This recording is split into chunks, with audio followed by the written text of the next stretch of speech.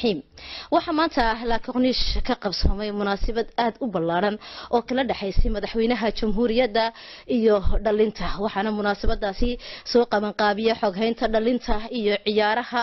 oo uu gudoominayay madaxweynaha jamhuuriyadda hadaba ciise ibraahim oo studio-ga ku sugan ayaa inaga siinaya faahfaahin intaasi ka badan ciise bal munaasabadaas noogu war السلام عليكم ورحمة الله وبركاته مانتو او مالين خميسة بيش اللباد سنة كلابدا كونيس ديو طبانكا اي كوتاي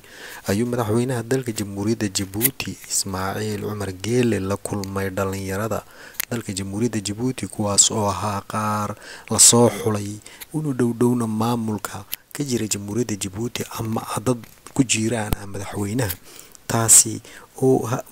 kama cilin inuu Ismaaciil Umar ka caroodo su'aalihii dhalinyaradu weydiinayeen halkan si aad u arkaysiin wiil yar baa ku weydiinaya su'aal Ismaaciil Umar oo ah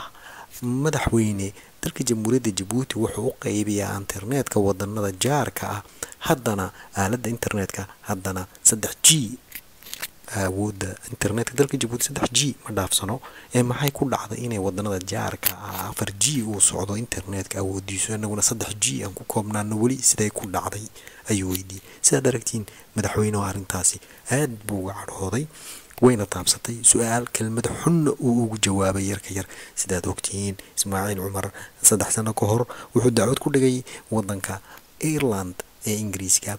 aaladda internetka Facebook la yiraahdo isagoo ashkateynaya oo dalbanaya oo dalkara ku qasbaya inuu ku qasbaraba inay ka xidhaan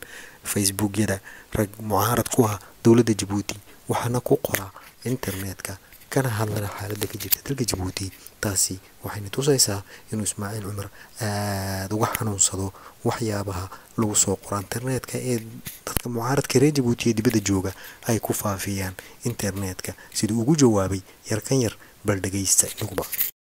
madaxweyne saa ogsoon tahay baa wadanada regionalka u qaybiya Kenya Soomaaliya wadanadaas oo dhaana ka u qaybina laakiin darxumo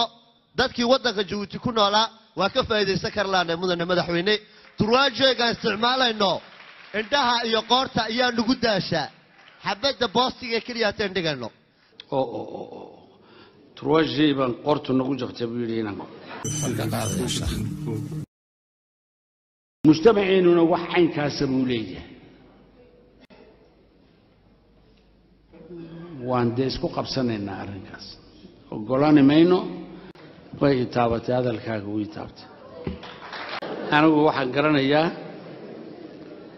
kaadjeega bishan aan ku jirno kolkay dhamaato kaadjeega bal waxaad ku fashaan aragnaa uu ku horjoogo waan ku iman